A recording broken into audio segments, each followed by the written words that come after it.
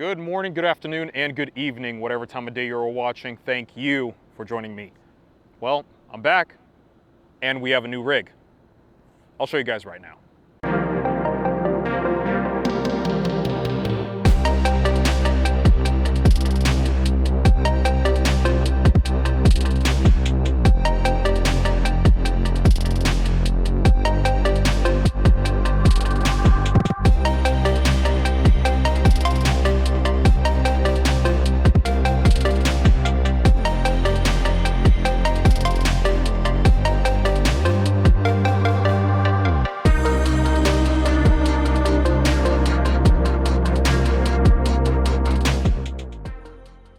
What do you guys think? You guys like it? You don't like it?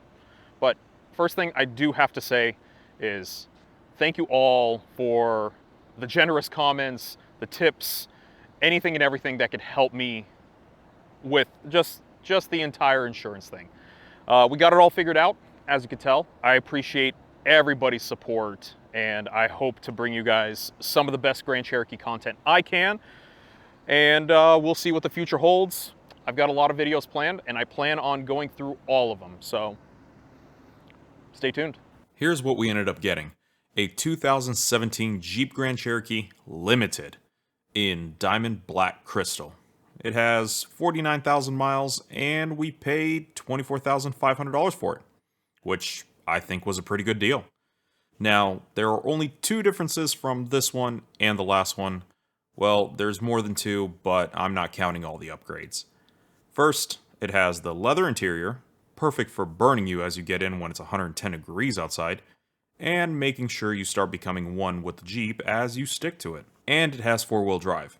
Well, the last one had four-wheel drive as well, but this one's a little bit fancier. Now we have Quadra-Track 2 with the fancy four-wheel drive settings. I'll definitely be testing out these settings on the upcoming off-road adventures.